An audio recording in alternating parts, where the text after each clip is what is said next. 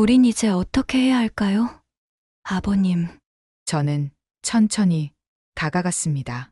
서로의 숨결이 맞닿을 만큼 가까워졌습니다. 금세 볼이 달아올랐습니다. 달아오는 건 볼뿐만이 아니었습니다. 그리고 결국 우리는 그 선을 넘어버렸습니다. 금기라는 그 단어도 그 순간의 전율을 이겨내지 못했습니다. 입술이 닿은 순간 세상의 모든 소음이 멎어버린 듯 했습니다. 너무 커요. 천천히 해주세요. 오랜만이라.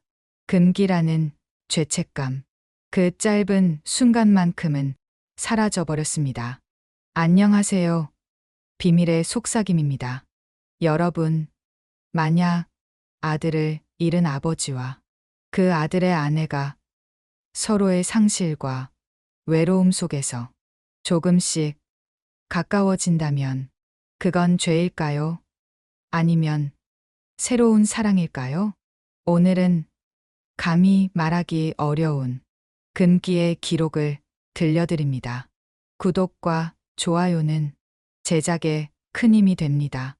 그날은 잿빛 비가 내리던 오후였습니다. 마을 장례식장에는 검은 우산이 빼곡히 들어서 있었죠. 흙냄새와 향냄새가 뒤섞여 공기마저 무겁게 짓눌렀습니다. 관 속에 누워있는 제 아들, 그리고 그 앞에 무릎 꿇은 한 여자, 하얗게 질린 얼굴, 끝없이 흘러내리는 눈물.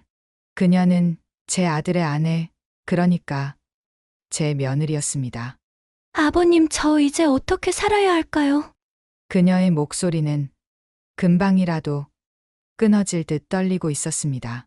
그 말을 듣는 순간 제 심장은 한쪽이 찢겨 나가는 것 같았습니다. 저도 울고 있었지만 그녀의 눈물은 제 눈물보다 더 깊게 새겨졌습니다. 장례가 끝난 뒤 사람들은 모두 흩어졌습니다. 남은 건 저와 그녀뿐이었죠. 집 안은 유난히 더 조용했습니다. 마치 집 전체가 아들의 부재를 알고 같이 울고 있는 것 같았습니다. 그날 밤 거실, 저는 혼자 술잔을 비우고 있었습니다. 맞은편에 앉아있던 그녀는 상복 차림 그대로 사진 액자를 붙들고 있었습니다. 아버님, 이 집은 너무 조용하네요. 그녀의 목소리가 갈라졌습니다. 저도 모르게 대답이 튀어나왔습니다. 조용한 게 아니라 텅 빈 거지. 순간 우리 둘은 동시에 고개를 떨궜습니다. 그 공허한 대화 속에서 우린 서로의 심장 소리만을 더 크게 듣고 있었습니다. 며칠 뒤 밤이 깊은 시각, 저는 잠이 오지 않아 부엌에서 물을 마시고 있었습니다. 그런데 작은 방에서 흐느끼는 소리가 들려왔습니다. 멈출 듯 끊어질 듯, 그러나 다시 이어지는 울음. 조심스레 문을 열었습니다. 그녀는 무릎을 꿇은 채 방바닥에 얼굴을 묻고 있었습니다. 어깨는 들썩이고 손끝은 차갑게 굳어 있었습니다. 괜찮으냐? 저도 모르게 손이 나갔습니다. 그녀가 얼굴을 들었습니다. 눈은 퉁퉁 부어 있었고 참아왔던 무언가가 무너져버린 표정이었죠. 저 무서워요. 잠을 잘 수가 없어요. 눈만 감으면 그날 장면이 떠올랐어. 그녀의 속삭임은 작았지만 제 귀에는 천둥처럼 울렸습니다. 순간 저는 충동적으로 그녀의 손을 잡았습니다. 그녀의 손은 얼음처럼 차가웠습니다. 그러나 제 손의 열기에 조금씩 떨림을 멈추더군요.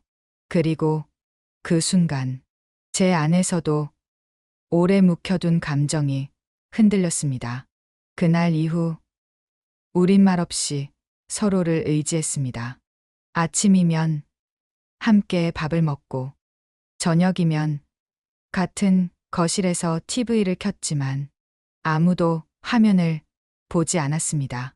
대신 같은 공간에 살아있다는 사실만으로 겨우 버틸 수 있었던 거죠. 어느 밤 갑자기 정전이 났습니다. 집 안은 칠흑 같은 어둠으로 가라앉았습니다. 창밖에서는 빗소리가 쏟아지고 있었습니다. 아버님 너무 무서워요. 그녀가 바들바들 떨고 있었습니다. 저는 서둘러 손전등을 켰습니다. 흰 불빛 속에 그녀의 얼굴이 떠올랐습니다. 촉촉히 젖은 눈동자, 떨리는 입술, 흔들리는 어깨. 순간 우리의 눈빛이 부딪혔습니다. 슬픔과 두려움, 그리고 말할 수 없는 어떤 열기.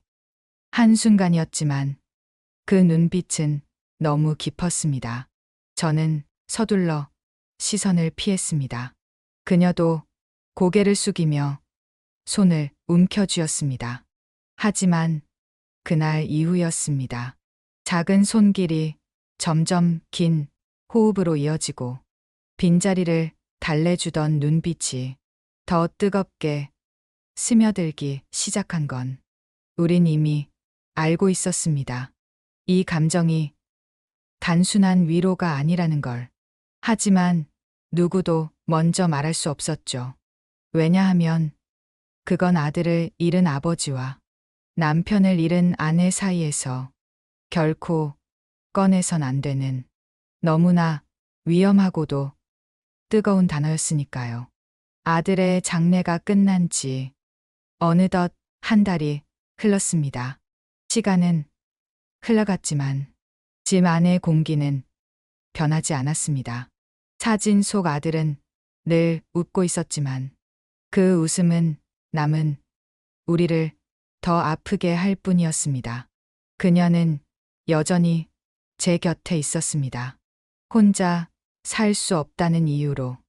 아니, 사실은 혼자 두기 두려워서 저도 그녀를 붙잡아 두고 있었던 건지도 모릅니다.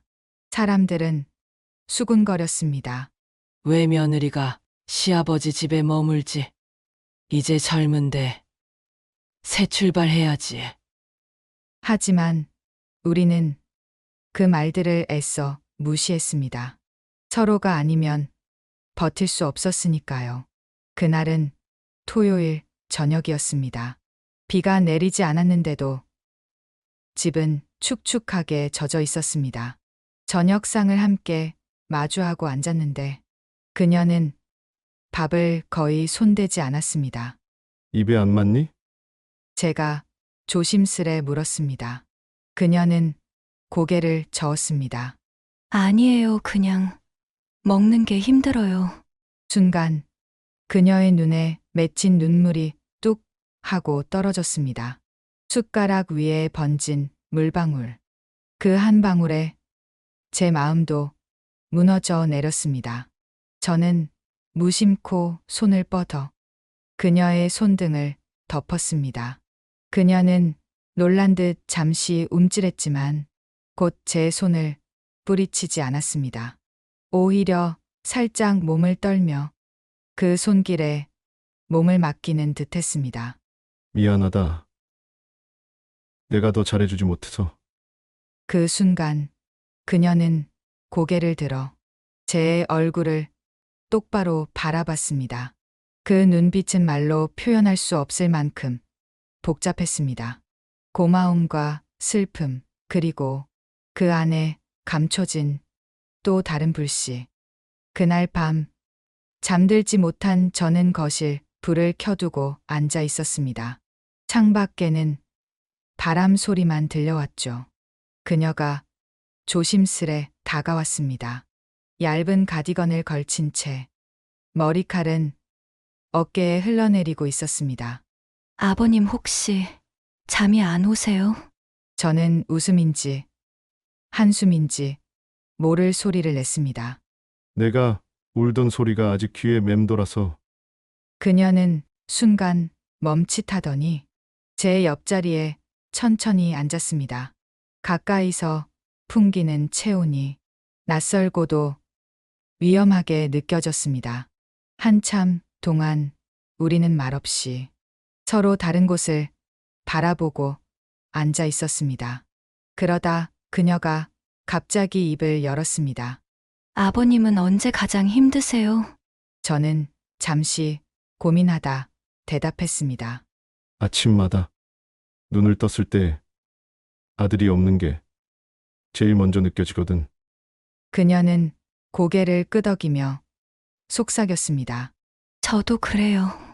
눈을 뜨면 옆자리가 비어 있다는 게 아직도 믿어지지 않아요. 그녀의 눈가가 다시 젖어 들었습니다. 그리고 그 순간 저는 충동적으로 그녀의 어깨를 감싸 안았습니다. 이제 그만 울어라. 제발. 그녀는 제 품 안에서 떨렸습니다. 그 떨림은 슬픔 때문이었을까요? 아니면 우리가 알고 있는 그 다른 감정 때문이었을까요? 시간은 천천히 흘렀습니다. 품 안에 그녀는 울음을 멈추지 않았습니다. 그러다 이윽고 그녀의 얼굴이 천천히 고개를 들어 제 어깨에서 떨어져 나왔습니다. 눈과 눈이 마주쳤습니다. 숨결이 가까워졌습니다. 한순간 우리는 경계 위에 서 있었습니다. 넘어서는 안 된다는 걸 알고 있었습니다. 아들을 생각하면 절대 그럴 수 없다는 걸 알았습니다. 하지만 동시에 그녀를 놓치면 다시는 일어설 수 없을 것 같은 두려움도 있었습니다. 순간 그녀가 먼저 시선을 피했습니다. 죄송해요. 저 방으로 들어갈게요. 그녀는 급히 몸을 일으켜 방으로 들어갔습니다. 닫히는 문틈 사이로 저는 그녀의 눈빛을 보았습니다. 그 눈빛은 두려움과 욕망이 얽힌 말할 수 없는 소용돌이였습니다. 그리고 그날 밤, 저 역시 잠을 이루지 못했습니다. 그녀가 문 뒤에서 어떤 마음으로 누워 있을지 계속 상상하게 되더군요. 우리는 이미 알고 있었습니다. 이 감정은 단순한 동정이나 위로가 아니라는 것을. 하지만 아직 그 누구도 그 금기를 넘어설 용기를 내지 못했습니다.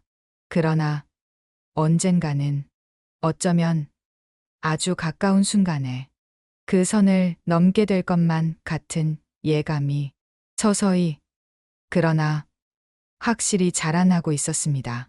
그날 이후 우리는 서로를 피하는 듯 그러면서도 더 가까워지고 있었습니다. 아침에는 짧은 인사만 건네고 저녁에는 서로 눈을 마주치지 않으려 애썼습니다. 하지만 같은 지붕 아래에 머무는 이상 시선은, 숨결은 자꾸만 겹칠 수밖에 없었습니다. 어느 날 제가 마당에 나가 장작을 패고 있을 때였습니다. 그녀가 뒤에서 다가와 말없이 물 한 잔을 건네주었습니다. 손이 스칠 정도로 가까웠습니다. 그 순간 심장이 2배로 빨리 뛰고 있음을 느꼈습니다. 그녀 역시 고개를 숙였지만 볼이 붉게 달아오르는 게 선명히 보였습니다. 우리는 아무 말 없이 물잔 하나 사이에 두고 한참을 서 있었습니다. 짧은 순간이었지만 그건 너무나 길고 뜨거운 시간이었습니다. 저녁 무렵 그녀가 부엌에서 저녁을 준비하고 있었습니다. 칼질하는 손끝이 유난히 섬세해 보였습니다. 저는 괜히 싱크대 옆을 서성이며 말을 걸었습니다. 힘들면 하지 않아도 된다. 그녀는 잠시 멈추더니 조용히 웃음을 지었습니다. 아버님이 계셔서 괜찮아요. 그 말 한마디가 제 가슴에 파문을 일으켰습니다. 아버님이 계셔서 괜찮다. 위로일까? 고백일까? 아니면 둘 다였을까? 그날 밤, 비가 다시 내렸습니다. 거실 창밖을 바라보던 그녀가 느릿하게 말을 꺼냈습니다. 아버님 사람들 말 들으셨어요?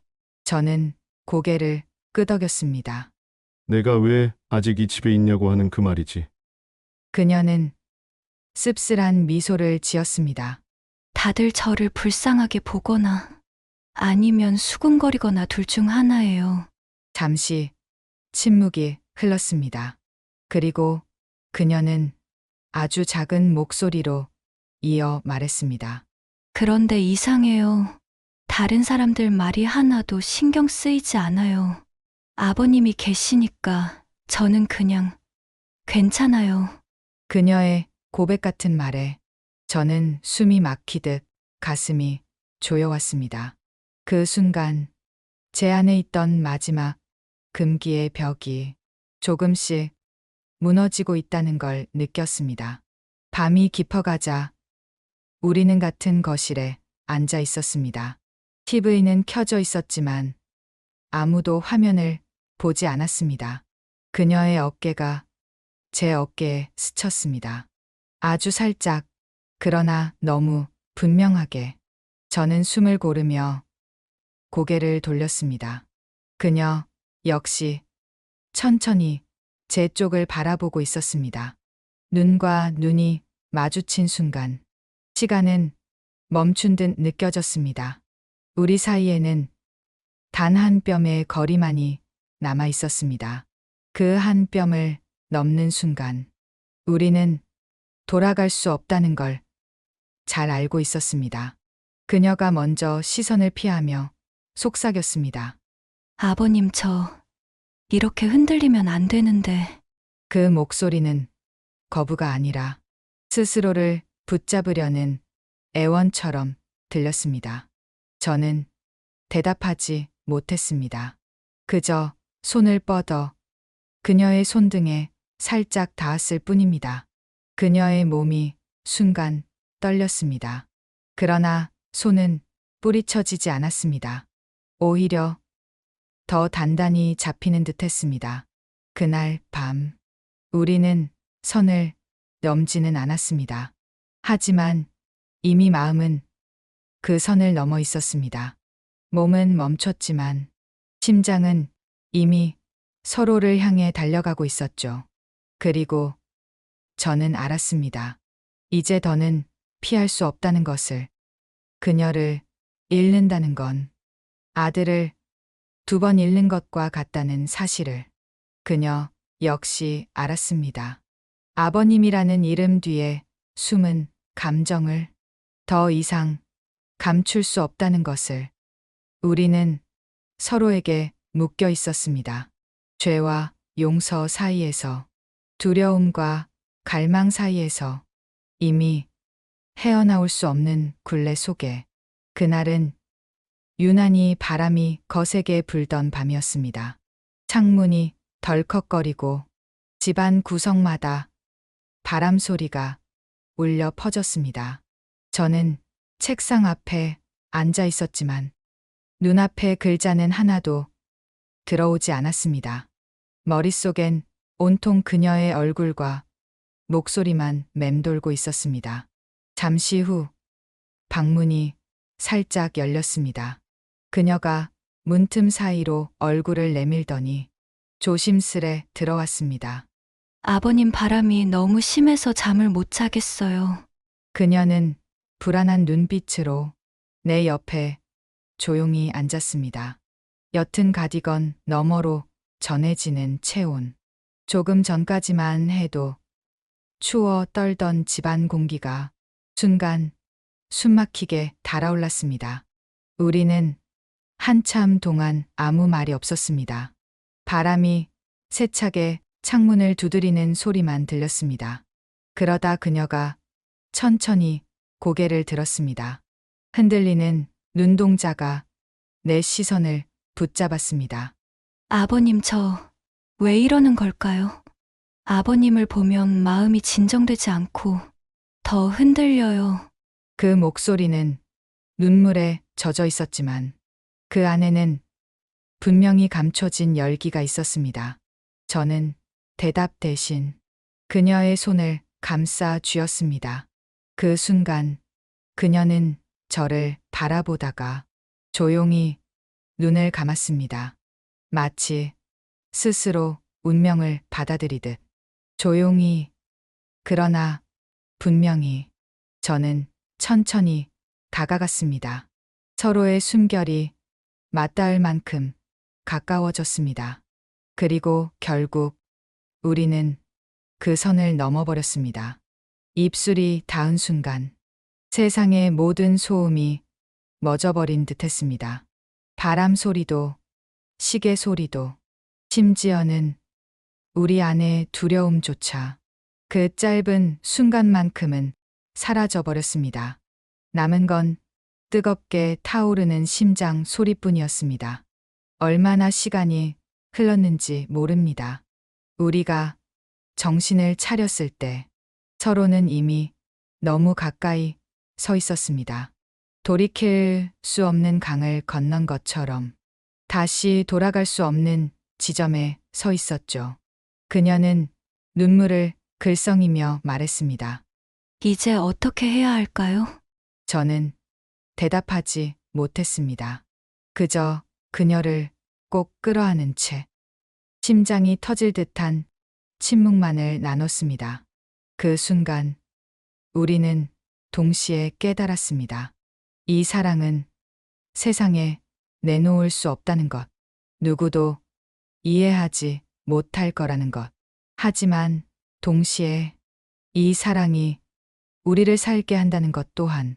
다음 날 아침 햇살이 창가에 비쳤습니다. 그녀는 식탁에 앉아 조용히 차를 따르고 있었습니다. 어제의 일이 꿈처럼 아득했지만 그 눈빛만큼은 분명 달라져 있었습니다. 더 이상 며느리의 눈빛이 아니었습니다. 한 여자의 눈빛이었고 또 한 남자의 눈빛과 서로를 바라보고 있었습니다. 그러나 현실은 달랐습니다. 사람들의 시선은 여전히 우리를 옥죄고 있었고 우리는 그 누구에게도 이 마음을 털어놓을 수 없었습니다. 그녀는 작은 목소리로 말했습니다. 아버님 아니, 이제는 뭐라고 불러야 할까요? 저는 여전히 두렵지만 후회는 하지 않아요. 저는 손을 뻗어 그녀의 손을 덮었습니다. 그리고 천천히 그러나 단호하게 속삭였습니다. 나도 후회하지 않는다. 이 사랑이 죄라면 내가 짊어지겠다. 우리는 그렇게 서로를 바라보며 앉아 있었습니다. 창밖에는 여전히 바람이 불고 있었지만 이상하게도 그 소리가 더 이상 두렵지 않았습니다. 마치 세상이 아무리 흔들려도 우리는 이제 함께라면 버틸 수 있다는 듯. 오늘의 이야기는 여기까지입니다. 좋아요와 구독은 제작에 큰 힘이 됩니다. 큰 힘이 됩니다. 큰 힘이 됩니다.